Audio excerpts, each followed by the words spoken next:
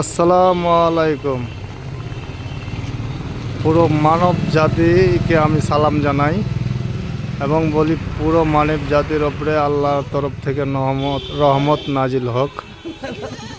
যাই হোক দাদা, এই গাড়িগুলো বিক্রি আছে, আপনারা দেখেন।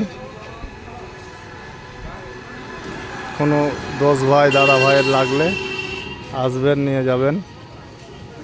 সব ভালো গাড়ি দাদা, এগুলোই ডিমান্ডওয়ালা গাড়ি। এবং বলি দাদা,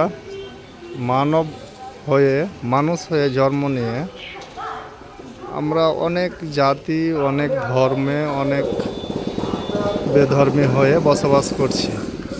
যাই হোক দাদা, আমরা কতদিন বাঁচব এই পৃথিবীতে? 50 বছর, 60 বছর, 80 বছর, 100 বছর। ফেরাউন বেঁচে ছিল 150 বছর, প্রায় 1500 বছর বা 1500 বছর হবে। ও দেশের বাদশা ছিল, খুব ক্ষমতাশীল ছিল, তবুও তাকে মরতে হয়েছে। তো যাই হোক দাদা, মরার আগেই শুধরে যান।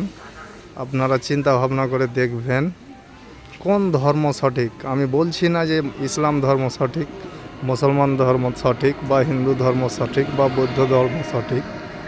সবাই শিক্ষিত আজকাল দাদা, সব ভেবে চিন্তে দেখেন। আপনার মন দিয়ে, ব্রেন দিয়ে, সব জ্ঞানীগুণী মানুষ আছেন দাদা ভাইয়েরা, শিক্ষিত সমাজ আছে। ভেবে চিন্তে দেখেন যে কোন ধর্মে থাকলে আমার মরে গিয়ে সুখ পাওয়া যাবে, বা মরে গিয়ে জান্নাত পাওয়া যাবে, বা হিন্দু ভাষায় বেহেশত বলে পাওয়া যাবে। তো যাই হোক দাদা, খুব চিন্তা ভাবনা করে নিজের মাথায় বুদ্ধি দিয়ে দেখেন।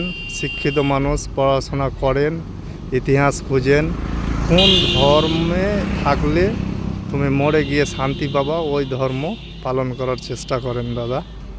যাই হোক দাদা, আমার মতে ইসলাম ধর্ম সঠিক। আপনাদের আপনার মত জানাবেন।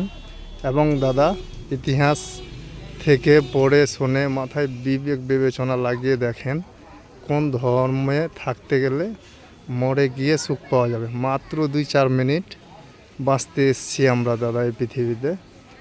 যাই হোক, অনন্য কাল ধরা আছে মরে গিয়ে, ওই কালে যেন ভালো থাকতে পাই, সেই ধর্ম বা সেই রকম আচরণ, সেই রকম মানবিকতা, সেই রকম ভালো হয়ে আমাদের চলতে হবে। আসসালামু আলাইকুম। ভেবে চিন্তে দেখবেন দাদারা, কথাগুলো যদি